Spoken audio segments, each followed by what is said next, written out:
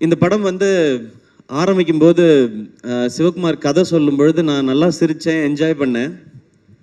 ஆனால் இந்த படத்தில் வந்து எனக்கு டக்குன்னு மனசில் ஒட்டின இடம் வந்து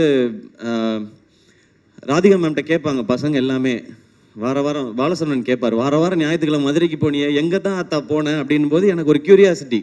என்ன பண்ணியிருப்பாங்க அங்கே போய் ஏதாவது பணம் சம்பாரிச்சிருப்பாங்களா, ஏதாவது வேலை ஏதாவது பார்த்துருப்பாங்களா, தொழில் இல்லை அங்கே ஏதாவது காசு கிடச்சிருக்குமா, என்னென்னமோ யோசிச்சு பார்த்தேன். அவர் ஓப்பன் பண்ண விதம் வந்து அவங்க அழகாக பொறிக்கடலை சாப்பிட்டுட்டு ஜாலியாக வர்றாங்கன்னாரு. அந்த இடத்துல இருந்து எனக்கு மைண்ட் ஒரு மாதிரி ஆயிடுச்சு. ஏன்னா எல்லாரும் ஓடிக்கிட்டே தான் இருக்கோம், நமக்குன்னு நம்ம வாழ்க்கையில் 5 நிமிஷமாவது ஸ்பெண்ட் பண்ணுறோமான்றத அந்த இடத்துல ஆரம்பித்தார் சிவா.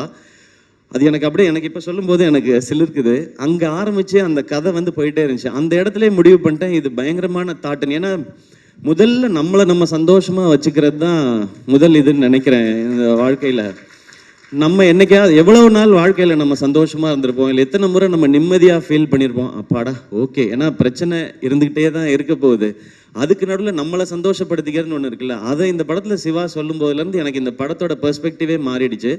அப்படியே கடைசியாக பேசின வரைக்கும் அப்போ முடிவு பண்ணது தான் இந்த படத்தை பண்ணியே ஆகணும் அப்படிங்கிறது. அண்ட் அந்த சீன் சொன்னோடனே சிவா நீ பயங்கரமான ஆலியா, கதை சொல்லும்போது ரொம்ப சாஃப்டாக அப்படி தான் இருக்கும். கதை சொல்லும்போது ரொம்ப ரொம்ப ரொம்ப தூரத்தில் இருந்தாலும் இந்த கதை கேட்கவே கேட்காது, பக்கத்தில் போய் தான் கேட்கணும்.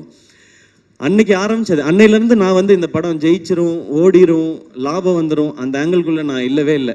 ஒரு சூப்பர் படம் நம்ம பண்ண போகிறோம், ஒரு சூப்பர் படம் பண்ண போகிறோம், ஒரு செம படம் பண்ண போகிறோம் அப்படின்றது மட்டும்தான் தோணிக்கிட்டே இருந்துச்சு.